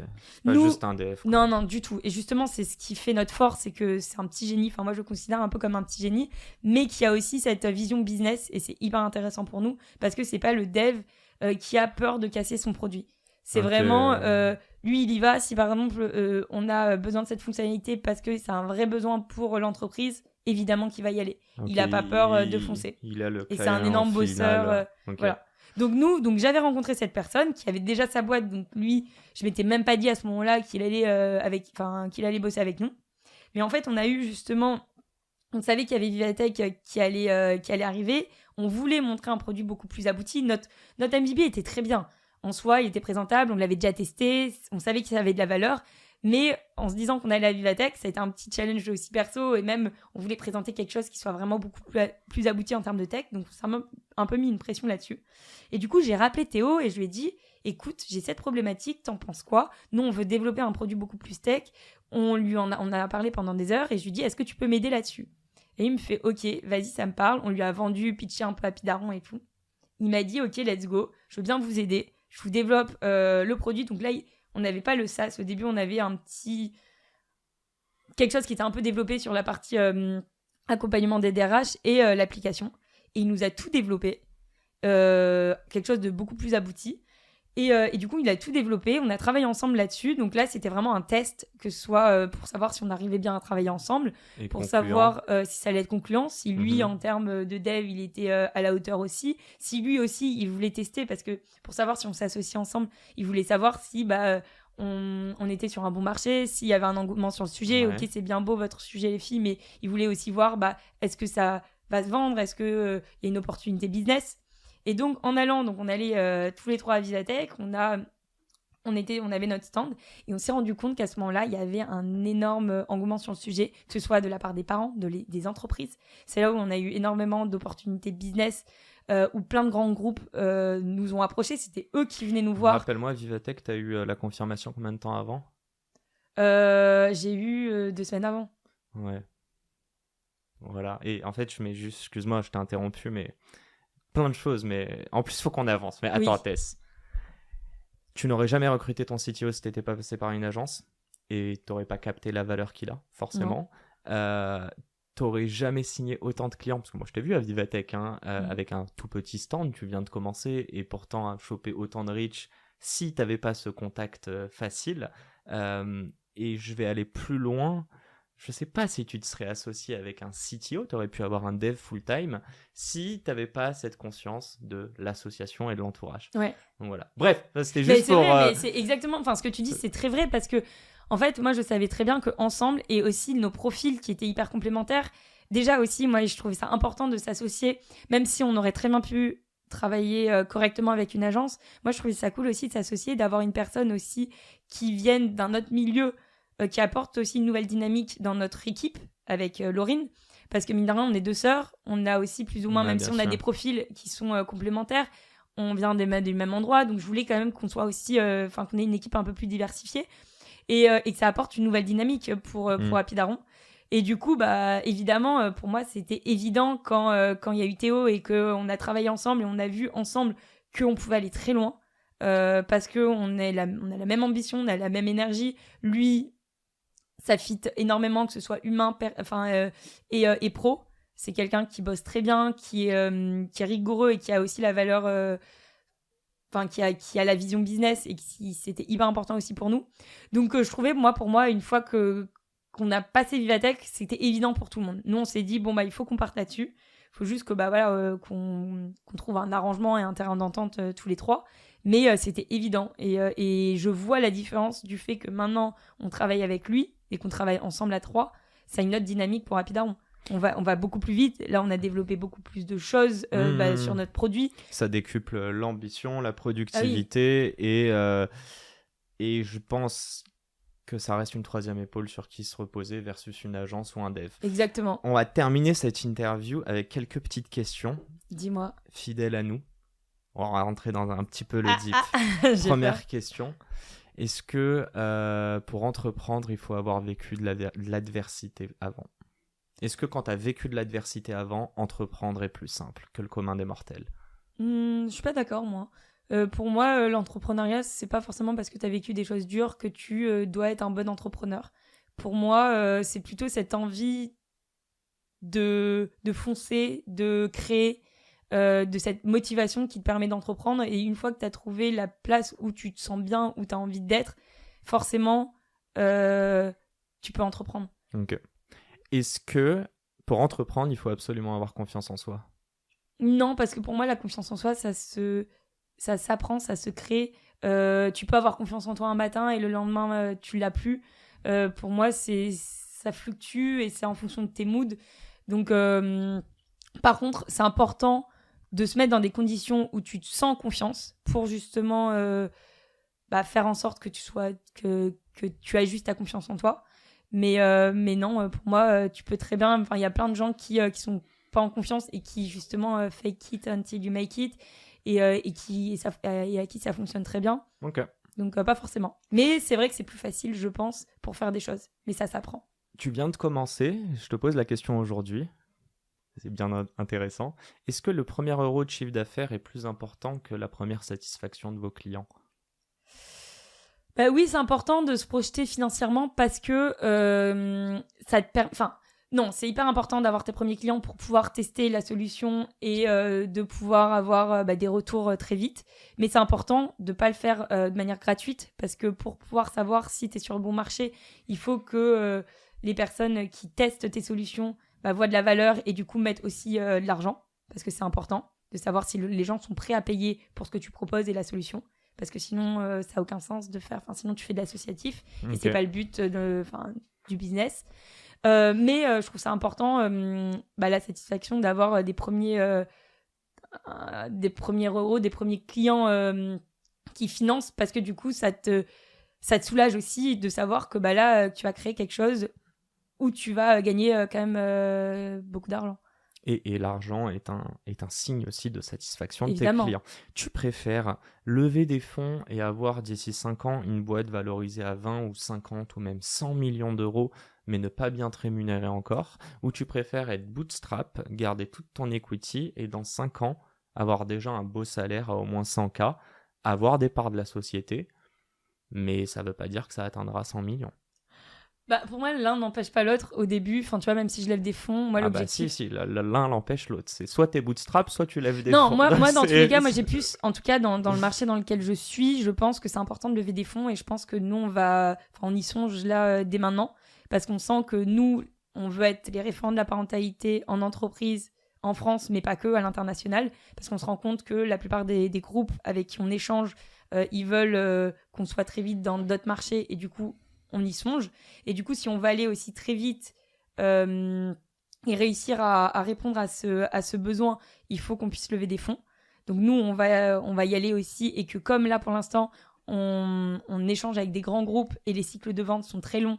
Et donc forcément, le temps d'avoir la signature d'un premier gros chèque, il faut savoir tenir. Donc levée de fonds, quoi. Donc nous, on part sur une levée de fonds. Après, pour moi, pour pouvoir survivre en tant qu'entrepreneur, il faut réussir à avoir une équipe vie pro, vie perso qui soit équilibrée et donc te rémunérer. Pour moi, c'est important. Après, te rémunérer, je sais pas combien pas forcément, mais avoir une rémunération qui te permet d'être bien dans ta vie perso aussi. Parce que voilà, c'est un marathon et pas un sprint, si tu veux. Et moi, je le sais, et je me le dis aussi dans ma vie de manière globale, il faut que j'arrive à tenir. Est-ce que, on parle d'équilibre vie pro, vie perso, est-ce que tu stressais plus en étudiant ou en entreprenant ? Je pense que je me sens à ma place, donc je stresse moins dans tout ce que je fais. C'est marrant parce que avant, et même à Vivatech, tu vois, typiquement, je pense que, en tant que salarié, j'étais plus stressée dans mes prises de parole, dans les événements que j'allais pouvoir faire, parce que j'avais l'impression que les gens m'attendaient. J'avais des patrons et ils attendaient forcément des résultats de ma part, une posture à avoir. Il fallait que j'incarne la boîte et du coup la représenter comme il se doit. Alors que là, comme c'est moi qui met les formes et qui choisit la personne que j'ai envie d'être, et du coup forcément je suis beaucoup moins stressée parce que je reste moi-même. Okay. Et du coup tout ce que je fais, c'est un vrai plaisir. Là, typiquement, c'est censé être du boulot. J'adore échanger avec toi et la plupart des choses. Du boulot après. Il y a du montage. évidemment, pas pour moi. Non, mais voilà, et du coup, tout ce que je fais, j'ai pas l'impression forcément que ce soit du travail, même si évidemment je travaille énormément, mais comme ça me plaît, je le fais avec grand plaisir et du coup, j'adore. Avant-dernière question, est-ce que tu te sens plus utile aujourd'hui que nulle part ailleurs? Merde, c'est très mal dit. Mince! C'était très bien. Non, mais est-ce que tu te sens plus utile aujourd'hui que dans n'importe quel autre job que tu as eu? Ah, mais clairement. En fait, je me sens hyper utile. Oui et non. Ça dépend. Parce que utile, évidemment, dans tout ce qu'on apporte, et parce que la solution qu'on propose, ça a du sens et ça permet d'avoir un impact sur le monde, on l'espère. Mm-hmm. Et du coup, on sent qu'on va on espère faire bouger les lignes et faire du bien à la société et aux entreprises et aux salariés parents. Donc oui, je pense que je suis très utile là-dessus. Mais parfois, à l'époque, j'étais aussi très utile dans ce que je faisais parce qu'on apportait aussi du bien dans les missions que j'avais. C'est quoi ces réponses de politique là? Oui, désolé, j'avoue.